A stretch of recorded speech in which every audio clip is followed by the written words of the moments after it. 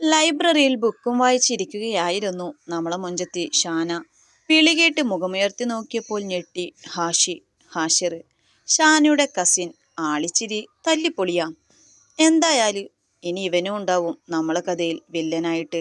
പിന്നാലെ ഉണ്ടെന്ന് പറഞ്ഞപ്പോൾ നിങ്ങൾ വിചാരിച്ചല്ലേ വീണ്ടും ഒരു മൊഹബത്ത്. സാരില്ല, എന്തായാലും നമുക്ക് നോക്കാം. അവനൊന്ന് ചിരിച്ചു. ഡാ കോപ്പേ, ഈ എന്താ ഇവിടെ?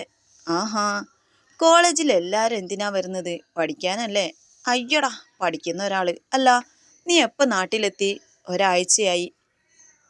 ബാംഗ്ലൂരിലായിരുന്നു. അവിടെ ആയിരുന്നതിൻ്റെ കുരുത്തക്കേട് സ്വഭാവത്തിലുണ്ട്. അതൊക്കെ പിന്നീട് അങ്ങോട്ട് മനസ്സിലാവും. ഇപ്പൊ കഥ പോവാം. എന്നിട്ട് അറിഞ്ഞതേ ഇല്ലല്ലോ? അതിന് ആരോടും പറഞ്ഞില്ല. ഞാൻ മാത്ര വന്നത്. അവിടെ മടുത്തു. ഉപ്പയോട് കാല് പിടിച്ച് പറഞ്ഞ് കയറിയതാ ഇങ്ങോട്ട്. പറച്ചിൽ കേട്ടാ തോന്നും സത്യാന്ന്.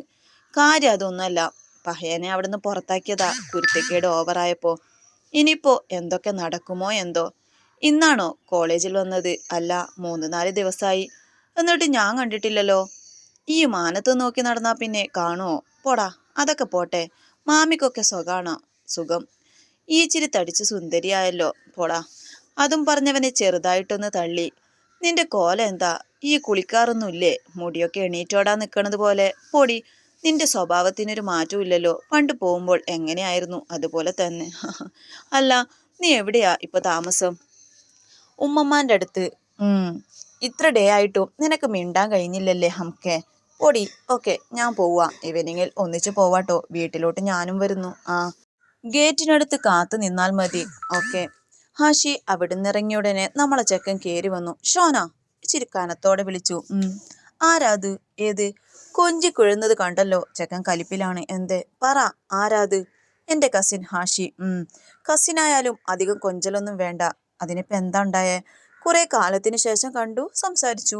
ഓക്കെ, ഇനി അധികം സംസാരിക്കേണ്ട. അവന്റെ കോലവും സംസാരം കണ്ടാൽ അറിയാം തല്ലിപ്പൊളിയാണെന്ന്. മതിയജു. അവനെന്റെ കസിനാ, അല്ലാതെ പുറത്തു നിന്നുള്ളവരല്ല. ഒന്ന് സംസാരിച്ചതിന് ഇങ്ങനെ ദേഷ്യപ്പെടണോ? അവനെന്റെ ഫാമിലി ആണെന്നെങ്കിലും ചിന്തിക്ക്.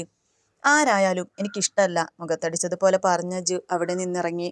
പടച്ചോനെ, ഏത് നേരത്താണോ എനിക്ക് മിണ്ടാൻ തോന്നിയത്. നെറ്റിയിൽ കൈയും വെച്ച് ഷാന ഇരുന്നു.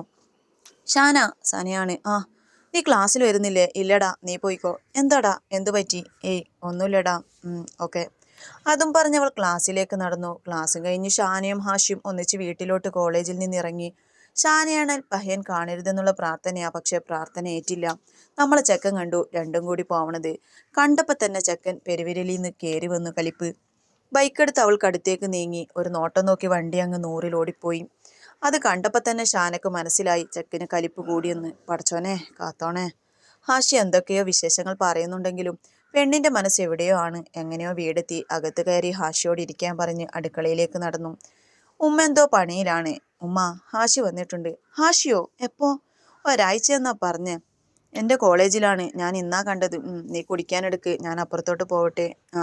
ഉമ്മ വരുന്നത് കണ്ടപ്പോൾ എണീറ്റ് നിന്നു. എന്താ വിനയം അല്ലേ? സുഖാണോ മോനെ? ആ, സുഖം.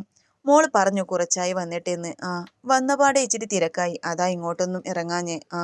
സംസാരത്തിനിടയിൽ ഷാന കുടിക്കാനും കൊണ്ടുവന്നു. കുറച്ചു നേരം വിശേഷങ്ങൾ പറഞ്ഞ് ഹാഷി അവിടെ നിന്നിറങ്ങി. ഷാന റൂമിൽ പോയി കിടന്നു. മനസ്സാകപ്പാട് ഇടങ്ങേറായി കിടക്കുക. അജുവിന്റെ ദേഷ്യം എന്താ റബ്ബേ ചെയ്യാ?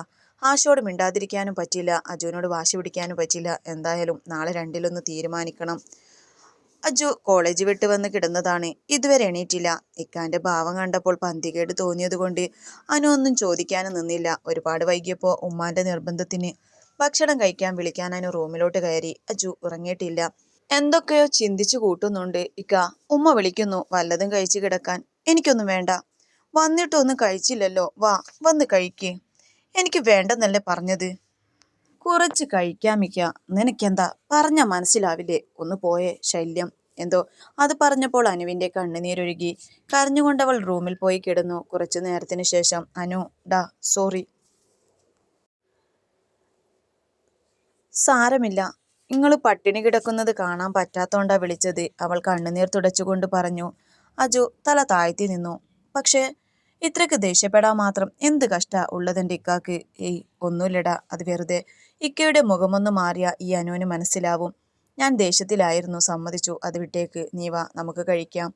ഇക്ക പറഞ്ഞിട്ട് വരാം. അനു, നീ വാശി പിടിക്കല്ലേ. സമയമാവുമ്പോൾ ഇക്ക എല്ലാം പറയാം. അവൾ എണീറ്റ് വന്നു. ഉമ്മ എല്ലാം എടുത്തു വെച്ച് കാത്തു നിൽക്കുക. ഉമ്മ കഴിച്ചോ? ഇല്ല മോനെ, എൻ്റെ മോൻ പട്ടിണി കിടക്കുമ്പോൾ ഉമ്മാക്ക് അങ്ങോട്ട് ഇറങ്ങൂല. നിങ്ങളിങ്ങനെ ബേജാറാക്കല്ലേ, എനിക്കൊന്നുമില്ല, ഞാൻ ഓക്കെയാ, വന്നിരിക്കെ. എല്ലാവരും ഇരുന്ന് ഭക്ഷണം കഴിച്ചു കിടന്നു. അജുവിന് ഉറക്കം വരുന്നില്ല. തിരിഞ്ഞും മറിഞ്ഞും കിടന്ന് നേരം വെളുപ്പിച്ചു. അജു തസ്നിയും കൂട്ടരുടെ അടുത്തിരിക്കുന്നതിനിടയിലാണ് ഷാന വന്നത്. അജു, എനിക്ക് കുറച്ച് സംസാരിക്കാനുണ്ട്. അവൻ കേൾക്കാത്ത പോലെ ഇരുന്നു. അജു, എനിക്ക് കുറച്ച് സംസാരിക്കണം. അതിനി പുതിയ ആളുണ്ടല്ലോ, പോയി കിന്നരിക്ക്. നിങ്ങൾ രണ്ടാളും പിന്നെയും വഴക്ക് തുടങ്ങിയോ? തസ്നിയാണ്. അജു, എനിക്ക് സംസാരിക്കണം, വാടാ നമുക്ക് അങ്ങോട്ട് പോവാം. തസ്നി മറ്റുള്ളവരെയും കൂട്ടി മാറി നിന്നു. എന്താ പറയാനുള്ളത്? ദേഷ്യത്തിലാണോ? എനിക്കൊരു ദേഷ്യമില്ല. എന്താ പറയാനുള്ളതെന്ന് വെച്ചാ പറ. ഞാൻ ആരോടും സംസാരിക്കുന്നതും അടുത്ത് പെരുമാറുന്നതും നിനക്ക് ഇഷ്ടപ്പെടുന്നില്ലല്ലേ? ഇതാണോ നിനക്ക് പറയാനുള്ളത്? ഉണ്ടോ? ഇല്ല, അത് പറ. കാരണം ഷാന എനിക്കുള്ളതാ. മറ്റുള്ളവരോട് മിണ്ടുന്നതും അടുപ്പം കാണിക്കുന്നതും എനിക്കിഷ്ടല്ല. സെൽഫിഷ്. ആ, നിന്റെ കാര്യത്തിൽ ഞാൻ ഇങ്ങനെയാ. നിനക്ക് നിന്റേത് നടന്നാൽ മതി. എനിക്ക് എൻ്റെതായ കാര്യങ്ങളുണ്ട്. എൻ്റെ സ്വഭാവം നിനക്കറിയാലോ. എന്നെക്കൊണ്ട് മിണ്ടാതിരിക്കാൻ പറ്റില്ല. കാര്യമില്ലാതെ മിണ്ടാതിരിക്കാനും എന്നെക്കൊണ്ട് പറ്റില്ല. ഹാഷി എൻ്റെ കസിന. അവനോട് മിണ്ടാതിരിക്കാൻ അവൻ എന്നെ ഒന്നും ചെയ്തിട്ടില്ല. പിന്നെ എന്തിൻ്റെ പേരിലാണ് ഞാൻ മിണ്ടാതിരിക്കേണ്ടത്? ഞാൻ പറഞ്ഞത് ചെയ്യാൻ നിനക്ക് പറ്റുമോ? ബുദ്ധിമുട്ടാണ്. ഓക്കെ. ഒരാവേശത്തിന് വായിൽ കിട്ടിയതൊക്കെ പറഞ്ഞതാ. പടച്ചോനെ, പണിയാവോ? അജു നിക്ക്. അജു. തസ്നിയാണ് അവനെ പിടിച്ചു നിർത്തി. എന്താടാ, എന്താ പ്രോബ്ലം? ഒരു പ്രോബ്ലം ഇല്ല, നീ വിട്ടെ. പറടാ. ഒന്നുമില്ലെന്നല്ലേ പറഞ്ഞത്. അവളെ തലയും താഴ്ത്തി നിന്നു. അജു വണ്ടിയെടുത്ത് എങ്ങോട്ടെന്നില്ലാതെ പോയി. ഡി പോട്ടെ, അവൻ ദേഷ്യത്തിലാ, അതോണ്ടാ, വിട്ടേക്ക്. മൊബിയാണ്. അല്ലടാ, അവൻ പ്രോബ്ലം എന്താന്ന് പറഞ്ഞൂടെ? നമ്മളവൻ്റെ ഫ്രണ്ട്സ് അല്ലേടാ. പോട്ടെ, വിട്ടേക്ക്. നീ ഷാനയോട് ചോദിക്ക്, അവൾ ചിലപ്പോൾ പറഞ്ഞാലോ. അവൾക്കടുത്തേക്ക് തസ്നി ചെന്നിരുന്നു. ഷാന മുഖം പൊത്തിപ്പിടിച്ച് തല താഴ്ത്തി. ഡാ, എന്തു പറ്റി? അവൻ എന്തിനാ ഇത്രയ്ക്ക് ദേഷ്യം? ഡാ, ഞാൻ എന്താ ചെയ്യേണ്ടത്? ആരോടും മിണ്ടാൻ പാടില്ല, അടുത്ത് സംസാരിക്കാൻ പാടില്ല. എന്നെ കൊണ്ട് പറ്റില്ല വീർപ്പുമുട്ടി ജീവിക്കാൻ. ഞാൻ ഇതുവരെ എങ്ങനാണോ അതുപോലെ എനിക്ക് പറ്റുള്ളൂ. അതവന് പറ്റില്ല. അതിൻ്റെ ദേഷ്യമായിപ്പോ നിന്നോടും തീർത്തത്. സാരില്ല, പോട്ടെ. അവരുടെ സംസാരത്തിനിടയിലാണ് ഹാഷി വന്നത്. ഹായ് ഷാനു, നീ ഇവിടെ ആയിരുന്നോ? ഞാൻ കുറേ നോക്കി, ക്ലാസ്സിൽ കണ്ടില്ല. എന്തു പറ്റിയിടാ? മുഖമൊക്കെ മാറിയിരിക്കുന്നു. എന്തെങ്കിലും പ്രോബ്ലം? ഹേയ്, ഒന്നുമില്ല. എന്തെങ്കിലും ഉണ്ടെങ്കിൽ പറ. അതും പറഞ്ഞവൻ അവൾക്കടുത്തിരുന്നു. ഒന്നുമില്ല. ഇല്ലെങ്കിൽ നീ ഇങ്ങനെ സങ്കടപ്പെട്ടിരിക്കേണ്ട കാര്യം എന്താ? അവൻ അവളെ ചേർത്ത് പിടിച്ചുകൊണ്ട് ചോദിച്ചു. കുതറി മാറാൻ ശ്രമിച്ചെങ്കിലും പിന്നെയും പിടിച്ചപ്പോൾ പെണ്ണിന് കലിപ്പങ്ങ് കയറി. ഹഷി, വിട്. എന്തേ വിടാൻ? ഡാ, കൂൾ. ബാംഗ്ലൂരൊക്കെ ഇതൊക്കെ സാധാരണയാ. ഇതിലെന്ത് തെറ്റ്? നിന്നോട് വിടാനാ പറഞ്ഞത്. ഓക്കെ, സോറി, ഞാൻ പോവാ. Bye bye all. അതും പറഞ്ഞവൻ നടന്നു. പടച്ചോനെ, ഇനി അജു പറഞ്ഞതുപോലെ പഹയൻ തല്ലിപ്പൊളിയാണോ? ഡി, അതെന്തേലും ആവട്ടെ, നീ വന്നേ. അവർ ഷാനയും ക്ലാസ്സിലോട്ട് കൂട്ടിക്കൊണ്ടുപോയി. ഷാന റൂമിന്റെ കതക് മുട്ടുന്ന ശബ്ദം കേട്ട് എഴുന്നേറ്റ് വന്ന് വാതിൽ തുറന്നു. അവളൊന്ന് ഞെട്ടി. ഹാഷിയാണ്. പടച്ചോനെ, കുരിപ്പ് പിന്നെയും വന്ന. ചിരിച്ച പോലെ വരുത്തി ഷാന മുറിക്ക് പുറത്തിറങ്ങി. എന്ത് കിടത്താടോ? ഏതു നേരായി ഞാൻ വന്നിട്ട്? വെറുതെ കിടന്നതാ. എന്തായി, നിന്റെ പ്രോബ്ലം ഒക്കെ തീർന്നോ? എന്നാ വാ, അപ്പുറത്തോട്ട് പോവാം. അതും പറഞ്ഞവളെ ഷോൾഡറിൽ കൈവച്ചു. അവളൊന്ന് തറപ്പിച്ചു നോക്കി. കൈ തട്ടിമാറ്റി നടന്നു. പിന്നാലെ അവനും. നീ എന്തെടുക്കുമായിരുന്നടി? ഏതു നേരായി ഹാഷി വന്നിട്ട്? ഉറങ്ങിപ്പോയി. നീ അവൻ്റെ കൂടെ ടൗണിൽ പോകുമോ എന്ന് ചോദിച്ചോ? അത് കേട്ടപ്പോൾ ഷാന ഹാഷിയെ ഒന്ന് നോക്കി. എനിക്ക് വയ്യ ഉമ്മ, നല്ല തലവേദന. അല്ലെങ്കിലും നിനക്ക് ടൗണിൽ പോവാൻ എന്തിനാ ഞാൻ? നീ ആണല്ലേ, നിനക്ക് പൊയ്ക്കൂടെ? ആദ്യമായിട്ടായതുകൊണ്ടാ ഞാൻ. തലയും താഴ്ത്തിക്കൊണ്ടവൻ പറഞ്ഞു. ചെക്കൻ്റെ ഒരു അഭിനയേ. നീ ഒരുങ്ങിയിട്ട് പോ, അവൻ കൊണ്ടുവിടും, വേറെ ആരുമല്ലല്ലോ. ആശ അവളെ നോക്കിയൊന്ന് ചിരിച്ചു. കുരിപ്പിന് വരാണ്ട നേരം. പിറുപിറുത്തുകൊണ്ട് ഷാന റൂമിൽ പോയി ശക്തിയായി കതകടച്ചു. കുറച്ചു കഴിഞ്ഞ് ഷാന ഇറങ്ങി വന്നു. ഉമ്മ, ഞങ്ങൾ ഇറങ്ങട്ടെ? ആശയാണ്. ആ, നോക്കിയിട്ട് പോണം. ആ, രണ്ടാളും പുറത്തിറങ്ങി. അല്ല, എങ്ങനാ പോകുന്നത്? ഇതല്ലേ ബൈക്ക്? ബൈക്കോ? ആ, എന്തേ? ഓട്ടോ ആണേ ഞാൻ വരാം. ഈ നേരത്തിന് ഓട്ടോ നോക്കി നിന്ന ഇനിയും വൈകും. അവൾ സീറ്റിനറ്റത്തോട്ടിരുന്നു. ഹാഷി വണ്ടിയെടുത്തതും അവൾ ദേഹത്തോട്ട് ചാഞ്ഞു. ഹാഷി ചില്ലിൽ കൂടി നോക്കിയപ്പോൾ ഷാന കണ്ണുരുട്ടി. വണ്ടി നീങ്ങി.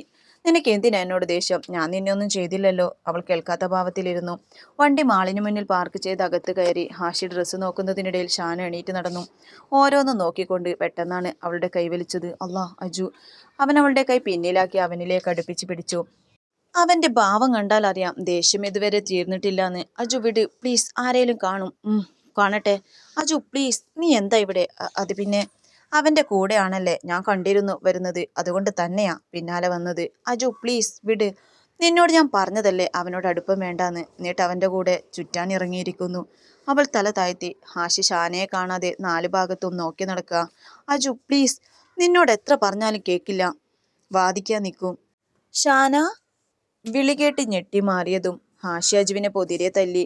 അപ്പോഴേക്കും ആൾക്കാരൊക്കെ കൂടി ചിലർ ഹാഷിയെ പിടിച്ചു മാറ്റാൻ നോക്കി. ഹാഷി വേണ്ട, വിട്, ഹാഷി വിടാൻ ഷാന വിളിച്ചു. പഹയൻ എവിടെ കേൾക്കാൻ. അവസാനം സഹികെട്ട് ഷാന ഹാഷിയെ പിടിച്ചു വലിച്ചിട്ട് ഒരെണ്ണം പൊട്ടിച്ചു. നിന്നോടല്ല പറഞ്ഞത് മതിയെന്ന്. അജുവിൻ്റെ വായിൽ നിന്നൊക്കെ ചോര വരുന്നുണ്ട്. ഷാനയ്ക്ക് എന്ത് പറയണമെന്നറിയില്ല. കൂടി നിന്നവരോടൊക്കെ അവൻ കയറി പിടിച്ചെന്ന് പറഞ്ഞു ഹാഷി. പലരും എന്തൊക്കെയോ പറയുന്നു. പോലീസിൽ പിടിച്ചു കൊടുക്കണമെന്നൊക്കെ. ഷാനയ്ക്ക് എന്ത് ചെയ്യണമെന്നറിയാതെ കുഴഞ്ഞു. അജുവിനെ രക്ഷിക്കണം, ഇങ്ങനെ വിട്ടുപോയാൽ അവനെ പോലീസ് കൊണ്ടുപോകും. രണ്ടും കൽപ്പിച്ച് ഷാന പറഞ്ഞു. ഞാൻ വീണപ്പോൾ എഴുന്നേൽപ്പിച്ചതാണ്, അല്ലാതെ എന്നെ കയറി പിടിച്ചതല്ല. പോലീസിനെ ഒന്നും വിളിക്കണ്ടെന്ന് പറഞ്ഞൊപ്പിച്ചു. ഹാഷിയെയും കൂട്ടി ഇറങ്ങി. വീടെത്തുവോളും ഹാഷിയും ഷാനയും ഒന്നും മിണ്ടിയില്ല. ഷാന റൂമിനകത്ത് കയറി കതകടച്ചു കിടന്നു. എന്തായി മോനെ, സാധനം വാങ്ങിയോ? ഞാൻ പോട്ടെ. ഇനിയിപ്പോ ഒരുപാട് വൈകിയില്ലേ മോനെ? നാളെ പോവാം. വേണ്ട ഉമ്മ, നാളെ പോവാം. ഉമ്മാമയെ വിളിച്ചു പറ നാളെ വരുള്ളൂന്ന്. മുറിയിൽ കമിഴ്ന്നു കിടന്ന് കരയാ പാവം ഷാന. അവൻ തല്ലുന്നത് കണ്ടപ്പോൾ നെഞ്ചൊന്ന് പിടഞ്ഞു. ചോരയും കുറെ പോയി. ഒരുപാട് വേദനിച്ചിട്ടുണ്ടാവും. പെട്ടെന്ന് ഹാഷി റൂമിൽ കയറി കതകടച്ചു. ഹാഷിയെ കണ്ട് ഷാന കണ്ണുനീർ തുടച്ചെണീറ്റു. ഹാഷി, നീ എന്തിനാ വാതിലടച്ചത്? പോ പുറത്ത്. അവൻ അവളുടെ അടുത്തേക്ക് നടന്നു. ഹാഷി പോവാൻ, ഞാൻ ഉമ്മാനെ വിളിക്കും. വിളിക്ക്. ഹാഷി പോ. ഷാന ഉമ്മാനെ വിളിക്കാൻ ഓങ്ങിയതും അവൻ അവളുടെ വാപൊത്തി. മിണ്ടിപ്പോയ കൊല്ലും, പറഞ്ഞില്ലെന്ന് വേണ്ട. കൈ തട്ടിമാറ്റാൻ ശ്രമിച്ചെങ്കിലും പറ്റിയില്ല. അവൻ അവളെ അടുത്തോട്ട് പിടിച്ചു. ഡി, നിന്റെ ഗന്ധം എന്നെ വല്ലാണ്ട് മത്ത് പിടിപ്പിക്കുന്നു. നിന്നെ ആദ്യം കണ്ടപ്പോൾ തന്നെ മോഹിച്ചതാ നിന്റെ ഈ ശരീരം. ഹാഷിയെ തള്ളിയിട്ട് പുറത്തോട്ടോടാൻ ശ്രമിച്ചെങ്കിലും വീണ്ടും അവൻ പിടിച്ചു നിർത്തി. എന്താടി, അവൻ തൊട്ടപ്പോഴൊന്നും ഉണ്ടായിരുന്നില്ലല്ലോ. പിന്നെ ഞാൻ തൊട്ടാൽ എന്താ? വെറുതെ വേണ്ട, പറയുന്നത് തരാം. അത് കേട്ടതും നമ്മളെ പെണ്ണിന്റെ കലിപ്പ് ഹൈ റേഞ്ചിലോട്ട് കയറി. അവനെ തള്ളിയിട്ട് കൊടുത്തു കരണം നോക്കി. എന്തോ പല്ലിളകിയില്ലെന്നേ ഉള്ളൂ. അജ്ജാതി അടിയായിരുന്നു. പാ, നാണില്ല നിനക്ക് എന്നോടിങ്ങനെ പറയാൻ? ഒന്നുമില്ലേലും നിന്റെ പെങ്ങളല്ലേ, അറപ്പ് തോന്നുന്നു നിന്നോട്. അവനവളെ കൂർപ്പിച്ചു നോക്കി. പിന്നെ നീ നിന്റെ ബാംഗ്ലൂരിൽ പല തരത്തിലുള്ള പെൺപിള്ളേരെയും കണ്ടിട്ടുണ്ടാവും എന്ന് കരുതി എന്നോട് അത്തരത്തിൽ പെരുമാറിയ വിവരം അറിയും. പറഞ്ഞില്ലെന്ന് വേണ്ട. നീ ഒരു ചുക്കും ചെയ്യില്ല. അതും പറഞ്ഞവൻ കട്ടിലിരുന്നു. ഈ ഹാഷി ഒരുപാട് പെൺപിള്ളേരെ കണ്ടിട്ടുള്ളതാ. നിന്നേക്കാൾ വലിയ കൊമ്പുള്ളവളെ വരെ വളച്ചനുഭവിച്ചിട്ടുണ്ട്. പിന്നെയല്ലേ നീ. നീ ഇത്രക്ക് ചീപ്പാണെന്ന് അറിഞ്ഞിരുന്നില്ല. പുറത്തു പോവാൻ. ഇപ്പൊ ഞാൻ പോവും. ഒരിക്കൽ നിന്നെ എനിക്ക് കിട്ടും. അന്ന് ഞാൻ നിന്നെ നിർത്ത്. ഷാന ചെവിയും പൊത്തിപ്പിടിച്ച് പറഞ്ഞു. ഹാഷി ഇറങ്ങിയതും വാതിലടച്ച് നിലം പടിഞ്ഞിരുന്നു. എന്ത് ചെയ്യണമെന്നറിയില്ല. അവൻ ഇങ്ങനെയൊക്കെ പെരുമാറുമെന്ന് കരുതിയതല്ല. അവന്റെ ഓരോ വാക്കും അവനോടുള്ള വെറുപ്പ് കൂട്ടി. കണ്ണുനീർ ഒഴുകിക്കൊണ്ടിരുന്നു. പിറ്റേന്ന് സാറ് ക്ലാസ് എടുക്കുന്നതിനിടയിലാണ് അജു പോകുന്നത് കണ്ടത്. ഷാന എണീറ്റ് നിന്നു. സർ, സാറിനടുത്ത് പോയി ബാത്റൂമിൽ പോകണമെന്ന് പറഞ്ഞ് പുറത്തിറങ്ങി. അജു, അജു നിക്ക്. അവളുടെ വിളി കാര്യമാക്കാതെ അജു നടന്നു. അവൾ അവനെ വലിച്ച് ലൈബ്രറിയിലോട്ട് കയറി. ഷെൽഫിനിടയിൽ അവന് അഭിമുഖമായി നിന്നു. അജു, സോറി, വിട് ഷാന, എനിക്ക് പോണം. അജു, ഞാൻ പറയുന്നതൊന്ന് കേക്ക് പ്ലീസ്. നീ അവനെ ബാഡാണെന്ന് പറഞ്ഞപ്പോൾ ഞാനതത്ര കാര്യാക്കിയില്ല. പക്ഷെ ഇന്നലെ അവൻ എന്നോട്. ഷാനയുടെ വാക്കുകൾ മുറിഞ്ഞു. തല താഴ്ത്തി നിന്ന് കരഞ്ഞു. അത് കേട്ടതും അജു ഞെട്ടി. അവളുടെ മുഖം ഉയർത്തിപ്പിടിച്ചു. എന്താ ഉണ്ടായത്? നീ കരയാതെ കാര്യം പറ. പറയാൻ അവന്റെ സ്വരം മാറി. ദേഷ്യം കത്തിക്കയറി. എന്നെ പറഞ്ഞു തീരുന്നതിന് മുമ്പ് കരഞ്ഞുകൊണ്ട് അവൾ അവന്റെ നെഞ്ചിലോട്ട് ചാഞ്ഞു. അവനവളെ മാറ്റി നിർത്തി വേഗത്തിൽ പുറത്തേക്കോടി. പിന്നാലെ ഷാനയും. ഹാഷി ഫോണിൽ കുത്തിക്കൊണ്ടിരിക്കുകയായിരുന്നു. അജു ക്ലാസ്സിൽ കയറി അവനെ തല്ലി താഴെയിട്ടു. നല്ല കിടുക്കം പഞ്ച് ഡയലോഗും അങ്ങ് കാച്ചി. നീ ഓർത്തു വെക്കാൻ വേണ്ടി പറയാ. എന്നെ തല്ലിയ ഞാൻ സഹിക്കും എന്ന് കരുതി എൻ്റെ പെണ്ണിനോട് ചെറ്റത്തരം കാട്ടിയ കൊന്നു കുഴിച്ചു മൂടും. പറഞ്ഞില്ലെന്ന് വേണ്ട. ഷാൻ എൻ്റെതാ. ഇനി നിനക്ക് എന്ത് ചെയ്യാൻ പറ്റുമെന്ന് വെച്ചാ ചെയ്. ഞാൻ ഇവിടൊക്കെ തന്നെ കാണും. അതും പറഞ്ഞജു ഷാനയുടെ കയ്യും പിടിച്ച് പുറത്തിറങ്ങി. നീ പേടിക്കേണ്ട. അവനിനി നിന്നെ തൊട്ടാൽ ഞാൻ ആരാണെന്നവൻ അറിയും. നീ ക്ലാസ്സിൽ പൊക്കോ. ഈവനിങ് ക്ലാസ് കഴിഞ്ഞ് ഒന്നിച്ചു പോവാം. അതും പറഞ്ഞ് മനസ്സിൽ പല കണക്ക് കൂട്ടലുമായി അജു നടന്നു. ക്ലാസ്സും കഴിഞ്ഞ് ഷാനയെയും കൂട്ടി അജു ഷാനയുടെ വീട് ലക്ഷ്യമാക്കി നടന്നു. ഷാന, നിന്നെ സങ്കടപ്പെടുത്താൻ വേണ്ടി ചോദിക്കുകയല്ല. എനിക്കറിയണം ഇന്നലെ എന്താ ഉണ്ടായത്. നീ ഇങ്ങനെ മിണ്ടാതെ നിൽക്കല്ലേ, പ്ലീസ് പറ. ഷാനു നടന്നതോരോന്നും പറഞ്ഞു തുടങ്ങി. അജുവിന്റെ ഭാവമാറ്റം ഷാനക്ക് തന്നെ പേടി തോന്നി. സംസാരിച്ച് വീടെത്തിയതും ഷാന അജുവിനെ തടഞ്ഞു. മതി, നീ പൊയ്ക്കോ. ഇല്ല, നീ നടക്ക്. അജു വേണ്ട. അവളെ ഒന്ന് തുറച്ചു നോക്കി അവളുടെ കയ്യും പിടിച്ച് സിറ്റൗട്ടിൽ കയറി. കോളിംഗ് ബെല്ലടിച്ചു. ഉമ്മ വന്ന് വാതിൽ തുറന്നു. രണ്ടാളെയും കണ്ടപ്പോ എന്തോ പന്തികേട് തോന്നി. ഇതാരാ എന്നുള്ള രീതിയിൽ ഉമ്മ ഷാനയെ നോക്കി. ഉമ്മ, ഞാൻ അജ്മൽ, ഇവളുടെ ഫ്രണ്ട്. ആ, മോള് പറഞ്ഞിട്ടറിയാം. മോൻ കേറിയിരിക്ക്. ഷാന, കുടിക്കാൻ എന്തെങ്കിലും എടുക്ക്. അവൾ ബാഗും വെച്ച് അടുക്കളയിലോട്ട് നടന്നു. പടച്ചോനെ, ഇവനിത് എന്തിനുള്ള പുറപ്പാടാ? ഉമ്മ, എനിക്ക് കുറച്ച് സംസാരിക്കാനുണ്ട്, അതാ ഞാൻ വന്നത്.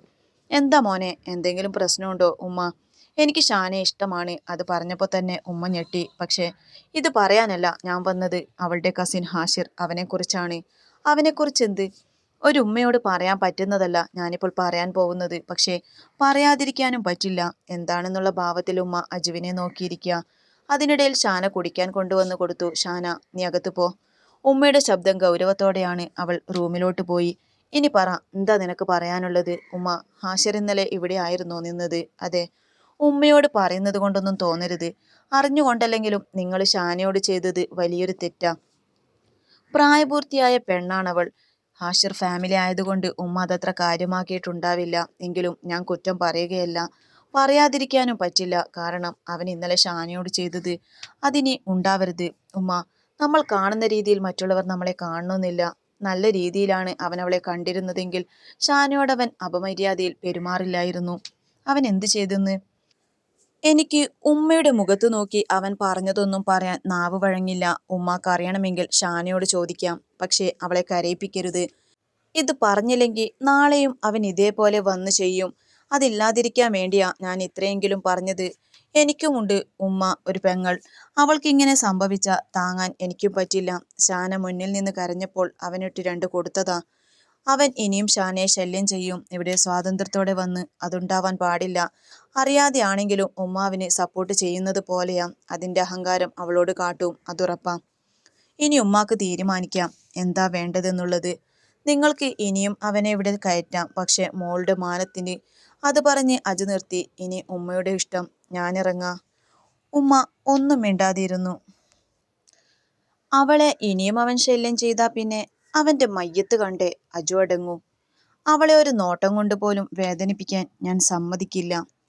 എനിക്ക് വേണം ഷാനയെ. അതും പറഞ്ഞ് അജു അവിടെ നിന്നിറങ്ങി. ചെക്കൻ കിട്ടിയ ചാൻസ് അങ്ങ് മുതലാക്കി. മോനെ. അവനൊന്നും മിണ്ടാതെ ഇറങ്ങി.